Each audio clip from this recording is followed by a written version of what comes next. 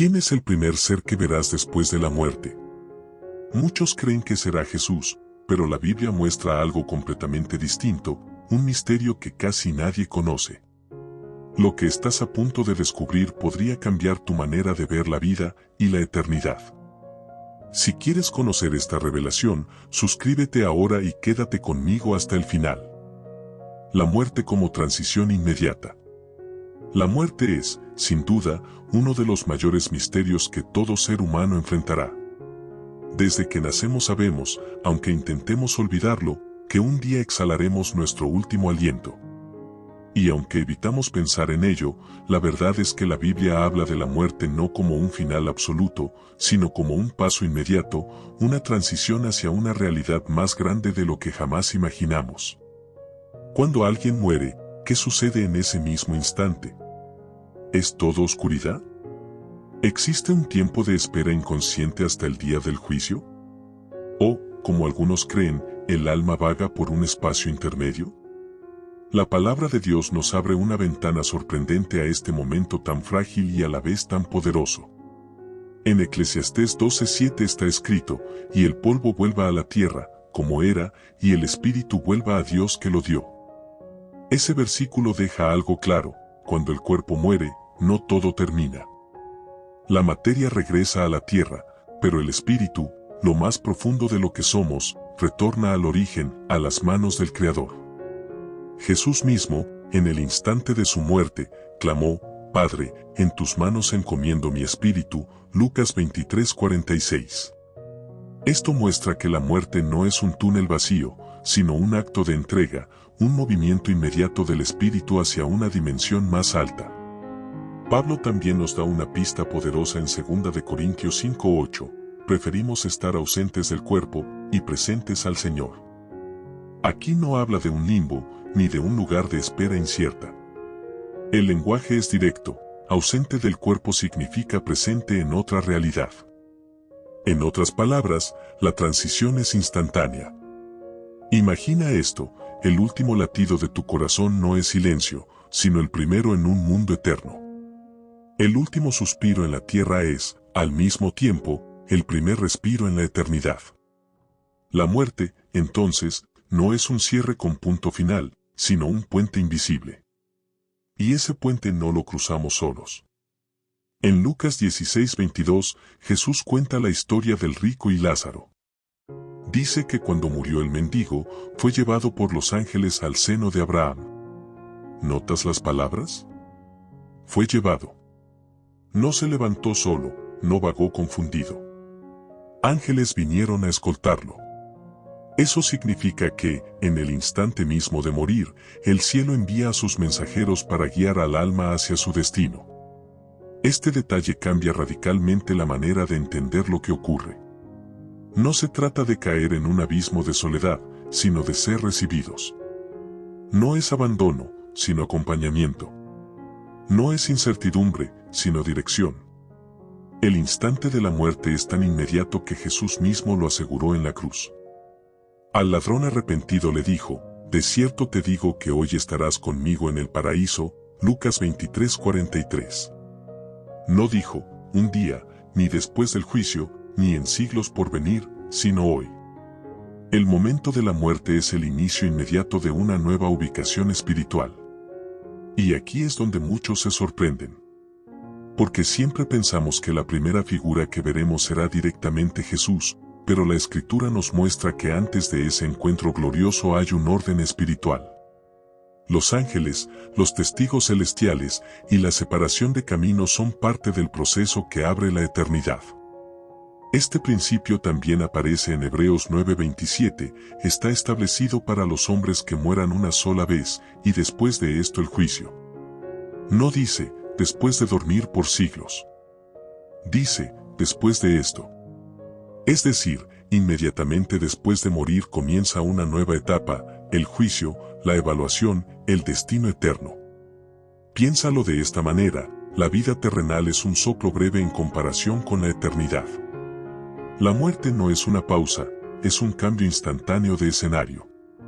Como cuando cierras los ojos en un lugar y los abres en otro completamente distinto. Muchos testimonios de personas que estuvieron cerca de la muerte confirman lo mismo: no hubo tiempo de espera, no hubo confusión, sino una conciencia inmediata de que habían traspasado un umbral. Y aunque no basamos nuestra fe en testimonios humanos, la Biblia confirma esta inmediatez una y otra vez. Esto debería llevarnos a reflexionar profundamente: si la muerte es inmediata, si el próximo segundo después del último latido abre la eternidad, entonces la preparación no puede postergarse.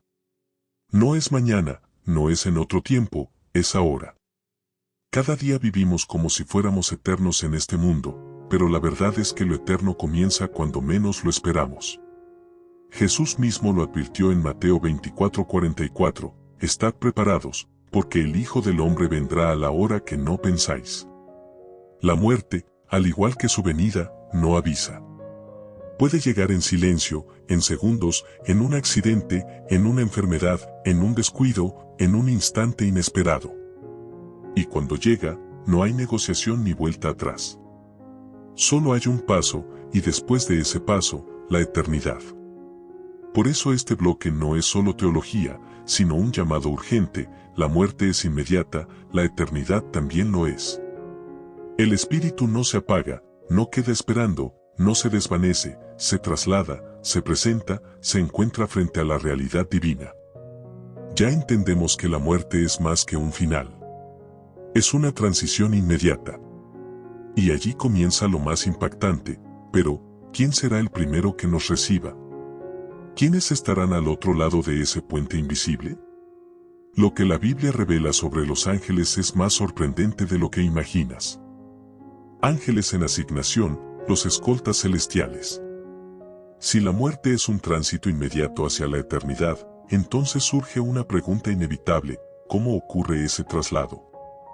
¿Acaso el alma camina sola hacia lo desconocido? ¿O hay seres designados para acompañar ese paso tan delicado? La Biblia responde con claridad: no cruzamos solos. En Lucas 16:22, cuando Jesús relata la historia del rico y Lázaro, dice: aconteció que murió el mendigo, y fue llevado por los ángeles al seno de Abraham.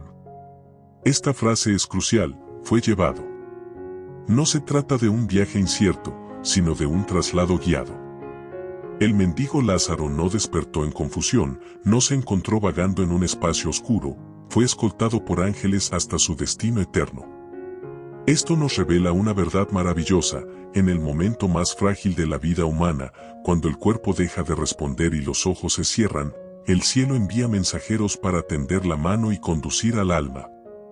El libro de Hebreos nos recuerda: ¿no son todos espíritus ministradores, enviados para servicio a favor de los que serán herederos de la salvación? Hebreos 1:14. Los ángeles no son figuras decorativas en la fe, su ministerio es real, activo, constante. Y entre sus encargos está el de acompañar a los hijos de Dios en ese tránsito final. Imagina por un instante la escena: un creyente exhala su último aliento en la tierra. Para los que están alrededor, todo parece acabarse. Pero en el mundo invisible, algo glorioso sucede: ángeles descienden, rodean su lecho, y con ternura sobrenatural lo levantan para llevarlo a un lugar preparado. Esos seres no llegan tarde, no se confunden, no abandonan. Llegan en el momento exacto, en la transición precisa entre la vida y la eternidad. El salmista lo intuía cuando escribió: el ángel de Jehová acampa alrededor de los que le temen, y los defiende. Salmos 34:7. Esa promesa no se limita a la vida terrenal, también se extiende al momento más vulnerable, el de la partida. Jesús mismo habló de la asignación personal de ángeles para cada creyente. En Mateo 18:10 dijo: mirad que no menospreciéis a uno de estos pequeños, porque os digo que sus ángeles en los cielos ven siempre el rostro de mi Padre que está en los cielos. Esto significa que desde el inicio de nuestra vida hay una vigilancia angelical. Si Dios cuida con tanto detalle a un niño, ¿cómo no cuidará también el instante más decisivo de su existencia, la muerte? Los ángeles son, en cierto modo, los primeros rostros del cielo que veremos. Antes de encontrarnos con el juez o con el Salvador, somos recibidos por estos escoltas celestiales. Y aquí surge una diferencia profunda. ¿Qué ocurre con aquellos que no mueren en fe? Aunque la Biblia no describe con el mismo detalle el destino de los impíos en compañía de ángeles, sí deja entrever que hay seres espirituales asignados también a la condenación. Judas 1:6 menciona a los ángeles caídos, y Apocalipsis 12 describe al dragón y sus huestes trabajando en oposición. Es posible que, en el caso de quienes rechazan a Dios, no sean los ángeles de luz quienes se acerquen, sino otras presencias que conducen al alma a lugares de tormento. Esto hace aún más real la importancia de la decisión en vida. ¿Quién te escoltará al otro lado? ¿Ángeles de luz enviados por Dios o presencias oscuras que arrastran hacia el juicio? En contraste, para los que creen, la Biblia nos da imágenes de paz. En Apocalipsis 14:13 se proclama: bienaventurados de aquí en adelante los muertos que mueren en el Señor. Sí, dice el Espíritu, descansarán de sus trabajos, porque sus obras con ellos siguen. Ese descanso no es confusión, ni abandono, es reposo guiado. Podemos imaginar cómo, en la eternidad, miles de testimonios de creyentes han sido iguales. En el momento de la muerte, no hubo terror, sino una sensación de compañía divina. Porque los ángeles no solo cumplen una orden, ellos transmiten paz. En el huerto de Getsemaní, cuando Jesús sudaba sangre y su alma estaba en angustia mortal, la Escritura dice: y se le apareció un ángel del cielo para fortalecerle. Lucas 22:43. Si un ángel fortaleció al hijo en su agonía, ¿cómo no enviarían el mismo tipo de compañía a cada hijo en su hora final? Los ángeles son ministros de consuelo. No solo cargan, sino que abrazan con su presencia. No solo trasladan, sino que transmiten seguridad, la seguridad de que no vamos solos. Este detalle cambia la manera de pensar en la muerte. No es una caminata en solitario, no es un salto al vacío, no es una puerta oscura sin dirección. Es una escolta gloriosa. El cielo envía a sus soldados de luz para recoger a quienes han creído y llevarlos al seno de Abraham, al lugar de reposo, a la presencia de Dios. Y si alguna vez temiste morir solo, este pasaje debería quitarte ese miedo para siempre. Nadie que pertenece a Cristo muere solo. Pero lo más impactante es que estos ángeles no solo cumplen un encargo de traslado, ellos también son testigos de tu fe, guardianes de tu historia, mensajeros de tu fidelidad. Han visto tus lágrimas, tus luchas, tus oraciones en silencio. Y en el momento de tu partida, son ellos mismos quienes vienen a recogerte, como si el cielo reconociera públicamente: este es uno de los nuestros. Por eso, cuando pienses en la muerte, no la imagines como abandono, sino como recibimiento. Porque en el instante en que cierres los ojos en la tierra, los abrirás frente a la luz de los escoltas celestiales. Si pensabas que la muerte es un momento solitario, piénsalo otra vez. Porque la Biblia nos revela que no solo hay ángeles esperando, sino una nube de testigos. En la siguiente sección descubrirás quiénes podrían ser esos que nos reciben. La nube de testigos y el recibimiento celestial. Hasta aquí hemos visto cómo la muerte es una transición inmediata y cómo los ángeles son los primeros en escoltar a los hijos de Dios hacia la eternidad. Pero la Biblia nos revela que no son los únicos que nos esperan al otro lado. Existe un recibimiento glorioso que va más allá de lo que nuestra mente puede imaginar: la nube de testigos. El autor de Hebreos nos ofrece una imagen conmovedora. Por tanto, nosotros también, teniendo en derredor nuestro tan grande nube de testigos, Hebreos 12:1. Esta expresión no es una metáfora poética vacía, apunta a una realidad espiritual. Hay una multitud de santos, de creyentes que nos precedieron en la fe, rodeándonos y observando nuestra carrera. Imagina por un instante este cuadro: al dejar la vida terrenal, no solo aparecen ángeles como escoltas celestiales, sino que se abre un escenario semejante a un estadio eterno, lleno de aquellos que vivieron, creyeron y vencieron antes que nosotros.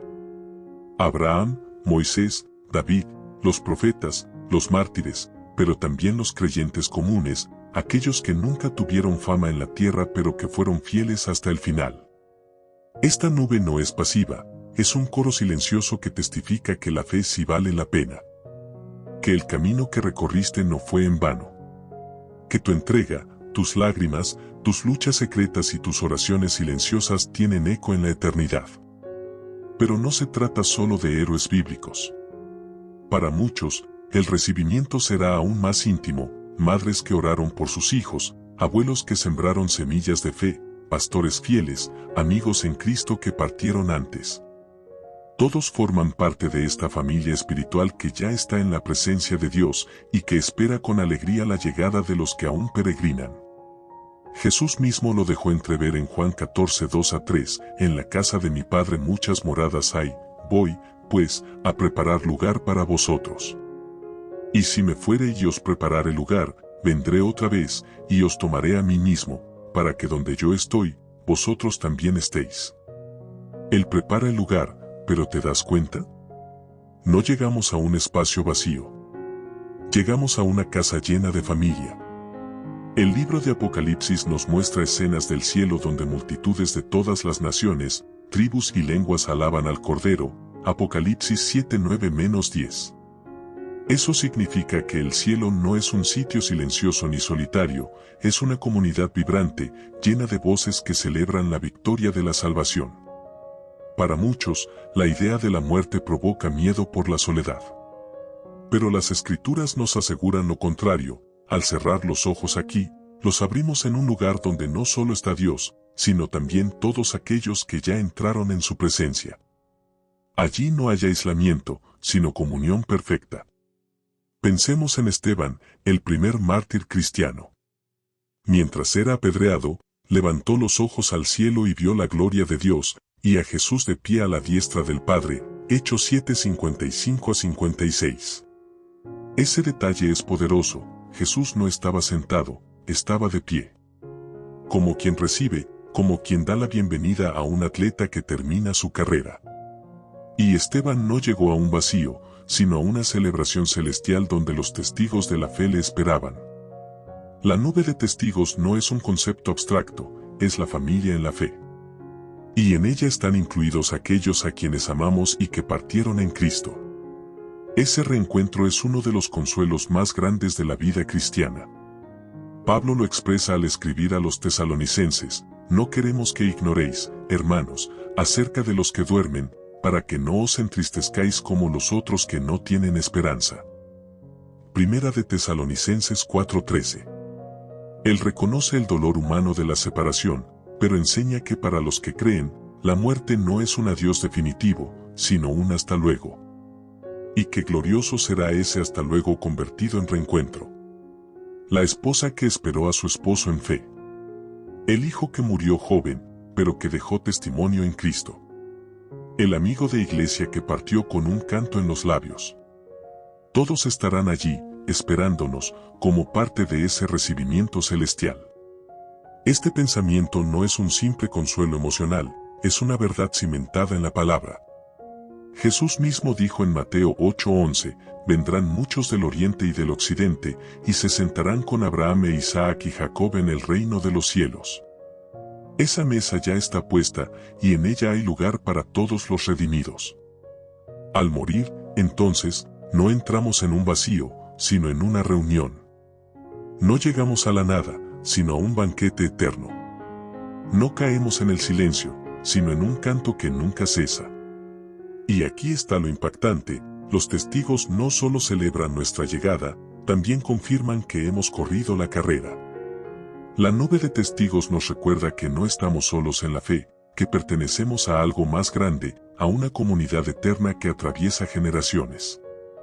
Por eso, el pensamiento de la nube de testigos no debe inspirar miedo, sino esperanza. Porque al cruzar la puerta de la muerte, nos esperan los ángeles como escoltas, pero también nos espera la familia de la fe. Esto cambia por completo nuestra perspectiva sobre la eternidad, pero también plantea una pregunta más profunda: ¿todos serán recibidos de la misma manera? Lo que sigue nos lleva a descubrir la gran separación que la Biblia describe.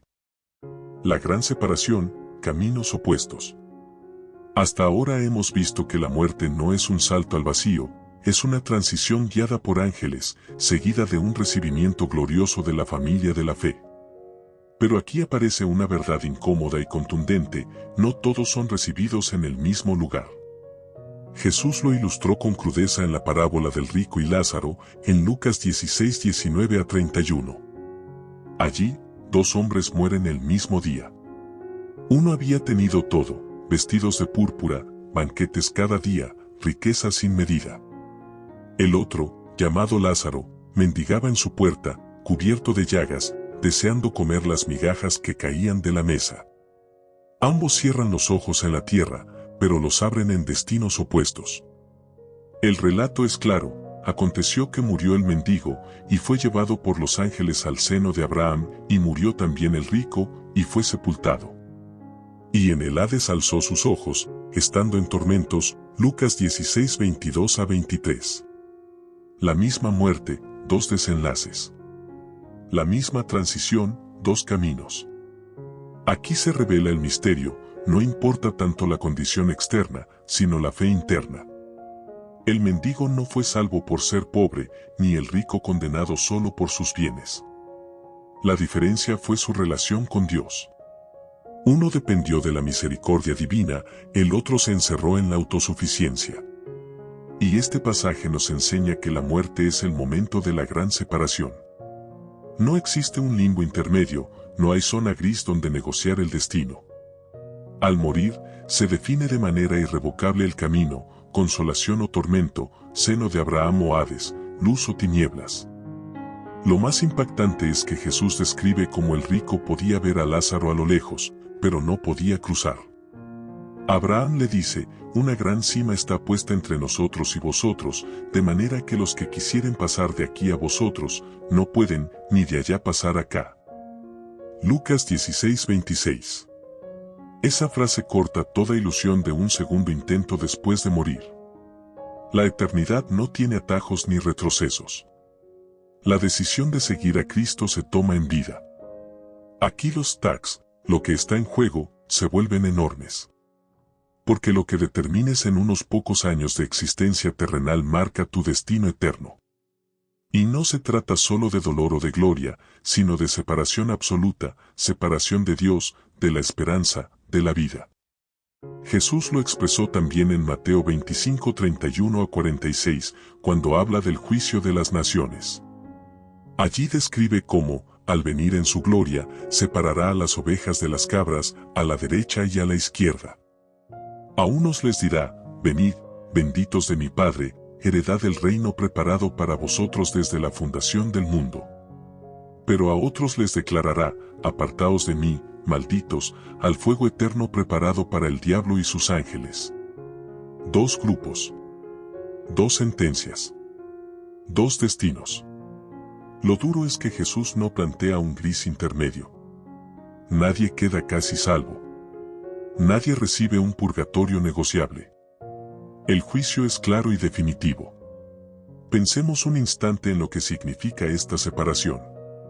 Para el creyente, es consolación inmediata. Pablo lo escribió con confianza: ausentes del cuerpo, y presentes al Señor. Segunda de Corintios 5:8. La muerte no es oscuridad, es traslado inmediato a la presencia de Cristo. Pero para el incrédulo, la muerte no es descanso, es el comienzo de un tormento consciente, una separación definitiva de la luz. Esta gran división no discrimina por títulos, dinero o fama.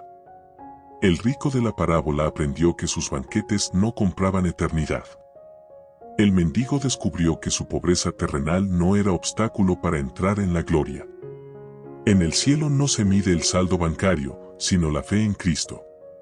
Esto tiene una consecuencia directa: la urgencia de decidir en vida. Cada día que pasa sin Cristo es un riesgo. Cada respiración es una oportunidad que se agota. Jesús mismo preguntó: ¿de qué le sirve al hombre ganar todo el mundo, si pierde su alma?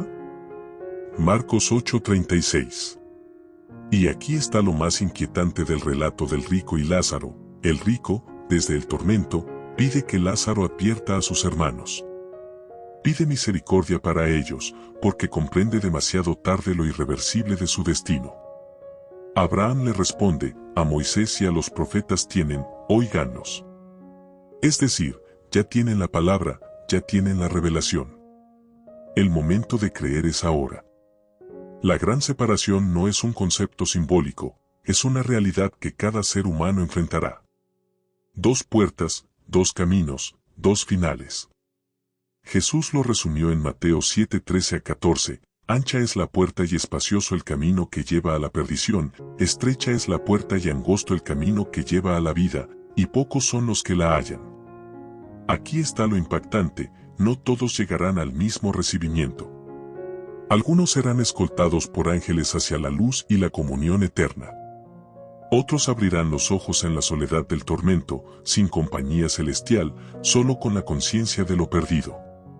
Esto nos lleva a reflexionar profundamente, ¿a qué lado de la separación pertenecemos? Porque no se trata solo de dónde estarás, sino de con quién estarás por la eternidad. Y en ese contraste se abre la siguiente gran verdad que exploraremos. Después de la separación, hay un momento inevitable y majestuoso que todos enfrentaremos. El encuentro con Jesús mismo, ya no como el humilde carpintero de Nazaret, sino como el juez o el Salvador. Hemos visto dos destinos radicalmente distintos. Ahora, lo más importante, ¿cuándo y cómo veremos a Jesús? Lo que la Biblia dice sobre ese momento es más profundo de lo que esperas. El momento de ver a Jesús, juez o Salvador. Hay un instante en el destino eterno que ningún ser humano podrá evitar, el momento de ver a Jesús cara a cara. La pregunta que arde en el alma es, ¿lo verás como tu Salvador amoroso o como tu juez inapelable? La Biblia revela que todos compareceremos delante de Cristo, pero no todos en el mismo escenario ni bajo la misma condición. Existen dos momentos distintos, dos tribunales diferentes, el tribunal de Cristo y el juicio del gran trono blanco. Y la diferencia entre uno y otro marca la eternidad. El tribunal de Cristo, para recompensas, no condenación. El apóstol Pablo nos abre una ventana a esta realidad en 2 Corintios 5:10. Porque es necesario que todos nosotros comparezcamos ante el tribunal de Cristo, para que cada uno reciba según lo que haya hecho mientras estaba en el cuerpo, sea bueno o sea malo. Este juicio no es para decidir si la persona será salva o no. Quienes llegan aquí ya han sido lavados con la sangre de Cristo, ya han sido perdonados y asegurados para la vida eterna. En este tribunal, Jesús no aparece como un juez severo que dicta condena, sino como el Señor que revisa la fidelidad de sus hijos. Aquí se examinan las obras realizadas en la tierra, las motivaciones ocultas del corazón, y lo que hicimos con los dones y talentos que se nos confiaron. Es como un fuego purificador del que habla en 1 Corintios 3:13-15. La obra de cada uno se hará manifiesta, porque el día la declarará, el fuego la probará. Si permanece la obra, recibirá recompensa. Si se quema, sufrirá pérdida, si bien él mismo será salvo, aunque así como por fuego. En este encuentro, Jesús es el Salvador que mira a sus redimidos y les dice, bien, buen siervo y fiel, entra en el gozo de tu Señor, Mateo 25:23.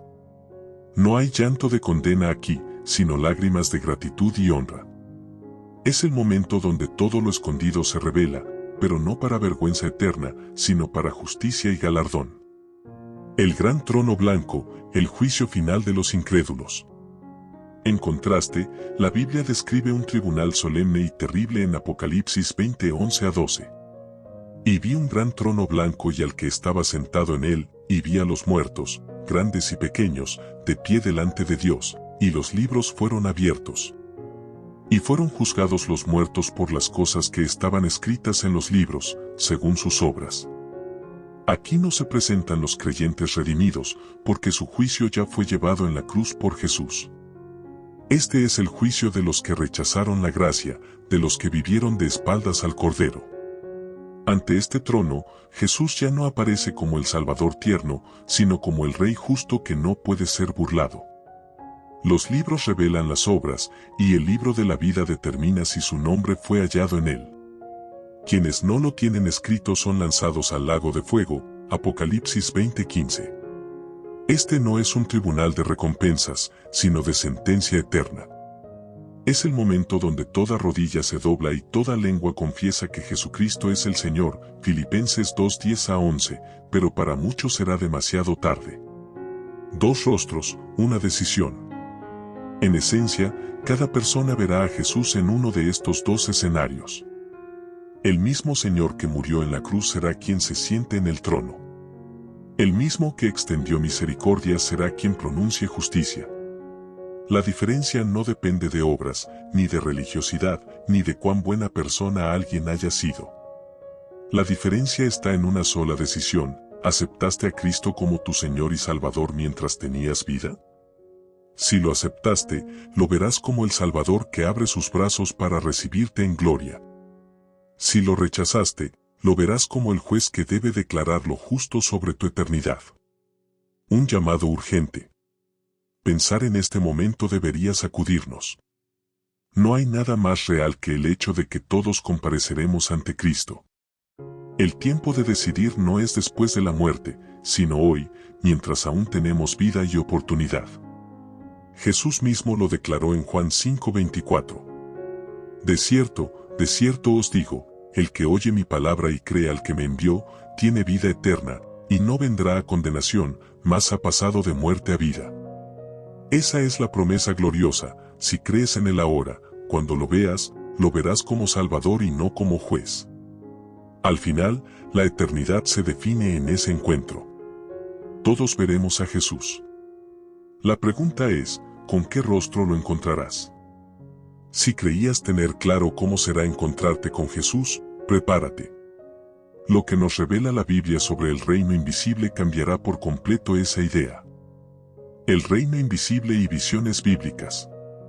Desde tiempos antiguos, la Biblia nos abre ventanas misteriosas hacia un reino invisible que existe más allá de nuestro mundo físico. Un reino tan real que puede transformarnos antes de morir, y más aún cuando crucemos el umbral de esta vida. Las Escrituras nos hablan repetidamente de este reino invisible, no como mera fantasía o metáfora, sino como una dimensión tan viva y real como la que pisamos hoy. Y lo más impactante, hay testimonios directos de hombres y mujeres que fueron invitados a contemplarlo. Apocalipsis, un cielo abierto. En el libro de Apocalipsis, el apóstol Juan tiene una de las visiones más profundas del reino invisible. En Apocalipsis 4:1-2, dice: Después de esto miré, y he aquí una puerta abierta en el cielo, y la primera voz que oí, como de trompeta, hablando conmigo, dijo: Sube acá, y yo te mostraré las cosas que deben suceder después. Juan no describió un sueño simbólico. Describió una experiencia consciente. Vio un trono, alrededor del cual estaban seres celestiales y ancianos vestidos de blanco, cantando alabanzas. Santo, Santo, Santo, Señor Dios Todopoderoso, el que era, el que es, y el que ha de venir. Apocalipsis 4:8. En esta visión, el reino invisible no es estático ni silencioso. Es un lugar lleno de vida, adoración, luz y actividad. Un escenario donde Jesús está en el centro del trono, no necesariamente como el primero en ser visto, pero sí como la figura que lo sostiene todo. Esto nos enseña algo crucial: cuando cruzamos a la eternidad, entramos a un reino donde la presencia de Dios es el eje. No es un lugar de aislamiento, sino de gloriosa interacción espiritual. Isaías, la visión celestial del profeta. Cientos de años antes, el profeta Isaías tuvo otra revelación impresionante.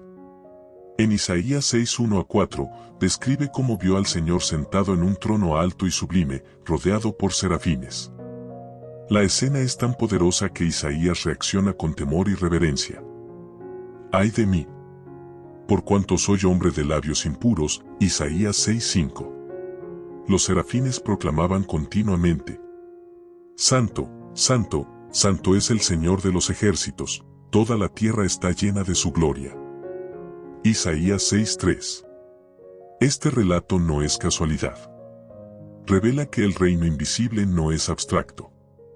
Es un lugar de santidad absoluta, de adoración continua, y donde la presencia de Dios es más real que cualquier cosa que hayamos experimentado. Isaías no solo vio, sino que fue invitado a escuchar y participar de la realidad celestial. Esteban, una visión en el umbral de la eternidad. Uno de los encuentros más impactantes con el reino invisible ocurre en el libro de los Hechos, en el momento final del diácono Esteban. Mientras era apedreado, Esteban tiene una visión clara y radical. Y vio los cielos abiertos, y al Hijo del Hombre de pie a la diestra de Dios, Hechos 7:56. La escena es sorprendente por varias razones. 1. Esteban ve los cielos abiertos en el momento de su muerte. 2. Ve a Jesús en posición de autoridad, no corriendo a su encuentro, sino en un trono de gloria. 3. Su visión reafirma que el reino invisible no está separado de nuestro mundo, sino que puede irrumpir en nuestro tiempo y espacio en cualquier momento. Este testimonio nos recuerda que el paso a la eternidad puede incluir una apertura directa a la visión celestial. Y que, en ese instante, la eternidad se vuelve tangible. Reflexión sobre el reino invisible. ¿Qué nos enseñan estas visiones bíblicas? Primero, que la muerte no es un final silencioso, sino una transición hacia una realidad viva y gloriosa. Segundo, que el reino invisible es una dimensión activa, llena de seres celestiales, adoración y presencia divina. Y tercero, que Jesús ocupa el centro de todo, aunque el primer rostro que veamos pueda no ser el suyo. El reino invisible no es solo un destino futuro, es una verdad presente. Cada acto de fe, cada oración, cada momento de intimidad con Dios nos conecta con esa realidad ahora. Como dice Jesús en Lucas 17:21. El reino de Dios no viene con advertencia, porque el reino de Dios está dentro de vosotros. Esto significa que podemos comenzar a experimentar fragmentos de ese reino invisible hoy mismo, no solo cuando crucemos a la eternidad. Preparación para lo que viene. Si estas visiones son verdaderas, entonces entender el reino invisible cambia nuestra perspectiva sobre la vida y la muerte. No se trata solo de ir al cielo, sino de entrar a una dimensión viva donde Dios reina en santidad, donde ángeles ministran, donde los santos están presentes y donde Jesús es la gloria suprema. La muerte no es el cierre, sino la apertura definitiva a ese reino. Y la pregunta que queda es, ¿estás listo para abrir los ojos en ese mundo invisible cuando llegue tu momento? Hemos visto visiones, cielos abiertos y la majestad de lo invisible, pero ahora viene la pregunta crucial, ¿cómo debemos vivir mientras tanto? Lo siguiente te dará una perspectiva práctica y transformadora. Preparación práctica para la eternidad. Hasta aquí hemos explorado lo que la Biblia revela sobre la muerte, los ángeles, la nube de testigos, la gran separación, el momento de ver a Jesús y el reino invisible. Pero ahora llega la pregunta más importante, ¿qué hacemos con esta verdad hoy? La realidad es simple, el destino eterno no se decide en un tribunal celestial, sino en las decisiones que tomamos en esta vida. Cada día que vivimos es un paso hacia ese momento definitivo. Vivir con conciencia eterna. Hebreos 9:27 nos recuerda. Está establecido que los hombres mueran una sola vez, y después de esto, el juicio. No hay segundas oportunidades después de la muerte.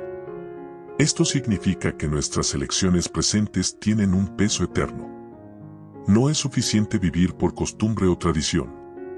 La preparación para la eternidad es una cuestión de intencionalidad. Esto implica una vida de fe activa, no de simple religiosidad. Significa buscar a Dios genuinamente, conocerlo y confiar en Jesús como Señor y Salvador. Porque, como dijo Jesús en Juan 14:6, yo soy el camino, la verdad y la vida, nadie viene al Padre sino por mí. Decisiones que definen tu eternidad. Prepararte para la eternidad implica preguntas profundas. ¿Dónde está tu corazón hoy? ¿Estás viviendo para agradar a Dios o a ti mismo? ¿Tu vida refleja fe, amor y obediencia a Cristo? La Biblia llama a vivir en santidad y alerta espiritual. Primera de Pedro 1:15-16 nos dice: Sed santos, porque yo soy santo. Esto no es solo una regla, sino una invitación a experimentar vida en plenitud ahora. Vivir con propósito eterno transforma cada decisión, cómo usamos nuestro tiempo, cómo tratamos a otros, y cómo respondemos a Dios. Practicando una vida eterna ahora. Aquí hay pasos prácticos para vivir como si la eternidad estuviera tocando tu puerta. 1. Cultiva intimidad con Dios. Dedica tiempo diario a oración y lectura bíblica. 2. Vive con gratitud. Reconoce cada día como un regalo de Dios. 3. Ama activamente. Busca maneras concretas de servir y bendecir a otros. 4. Vive con un sentido eterno. Haz tus planes considerando no solo el ahora, sino la eternidad. 5. Comparte tu fe. No guardes para ti la esperanza que tienes. Cada pequeño paso cuenta. Como dice Colosenses 3:23-24. Y todo lo que hagáis, hacedlo de corazón, como para el Señor y no para los hombres, sabiendo que del Señor recibiréis la recompensa de la herencia. Un llamado urgente. La muerte es inevitable y la eternidad es real. La Biblia nos muestra que no importa cuánto entendamos, lo esencial es estar preparados ahora. No podemos dejarlo para después. Vivir con una conciencia eterna no es vivir con miedo, sino con esperanza y propósito. Es abrazar la certeza de que cada día es una oportunidad de acercarnos más a Dios y a su reino. Así que hoy, mientras aún respiras, decide vivir con la eternidad en mente. No como una idea distante, sino como la realidad más cercana y transformadora. Recuerda, no se trata solo de llegar al cielo. Se trata de vivir aquí y ahora con la perspectiva del cielo. Hemos viajado juntos por un camino profundo, desde el instante en que la vida termina, hasta lo que la Biblia revela sobre quién nos recibe, cómo es la eternidad y qué significa prepararnos para ella. Y ahora regreso a la pregunta que abrió todo esto. Si el primer ser que encuentres después de la muerte no es Jesús, ¿estás listo para descubrir quién sí lo será? Ese es el corazón de este mensaje. No se trata solo de curiosidad teológica. Se trata de tu eternidad. Volviendo a la pregunta inicial. La Biblia nos ha mostrado que el primer rostro que veremos después de cruzar no siempre será el de Jesús. Podría ser un ángel resplandeciente enviado a guiarnos. Podría ser una nube de testigos, santos y seres que nos han precedido. O, si nuestro corazón no se ha vuelto a Dios, podría ser un momento de separación y juicio. Pero hay una verdad que lo transforma todo: Jesús es, y será siempre, el centro de ese encuentro. No importa lo que veamos primero, Él será la meta final. Esto cambia la forma en que vivimos hoy. Ya no es suficiente vivir distraídos, ocupados, pensando que la eternidad es un asunto lejano. Es ahora cuando debemos decidir dónde y con quién estaremos cuando se abran los cielos. Un mensaje de esperanza. Si estás leyendo esto y no has hecho paz con Dios, escucha esto: no importa dónde estés hoy, no importa lo que hayas hecho. Dios sigue extendiendo su mano. Él quiere que el momento en que cruces sea un recibimiento lleno de luz, amor y paz. Jesús dijo en Juan 10:28. Yo les doy vida eterna, y nunca perecerán, nadie las arrebatará de mi mano.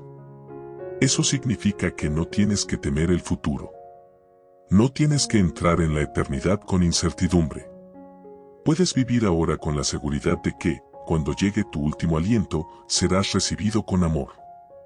Ahora quiero que regreses a esa primera pregunta conmigo. Si no es Jesús quien te recibe primero, ¿quién es? Esa pregunta no es solo para pensar, es para actuar. Porque lo que decides hoy, la fe que cultivas ahora, definirá ese primer encuentro. Si quieres vivir con la certeza de un recibimiento celestial, no hay tiempo que perder. Hoy es el momento de abrir tu corazón, buscar a Dios y dejar que Él guíe cada paso. Si este mensaje ha tocado tu corazón, te invito a tomar una decisión hoy: acércate a Jesús. No como una idea, sino como la realidad más urgente de tu vida. Decide vivir cada día como si fuera el umbral hacia la eternidad. Porque lo es. Y recuerda, aunque el primer rostro que veas pueda ser una sorpresa, la meta final siempre es Él. Jesús está esperando, no como un juez distante, sino como un Salvador que quiere abrazarte. Si quieres seguir descubriendo las verdades profundas de la Biblia y prepararte para lo eterno, suscríbete ahora y activa la campanita. Haz clic en el video que aparece en pantalla para aprender más. Aquí continuaremos explorando misterios que cambiarán tu vida para siempre. Porque la eternidad no es una idea, es una realidad que empieza ahora. Nos vemos en la próxima.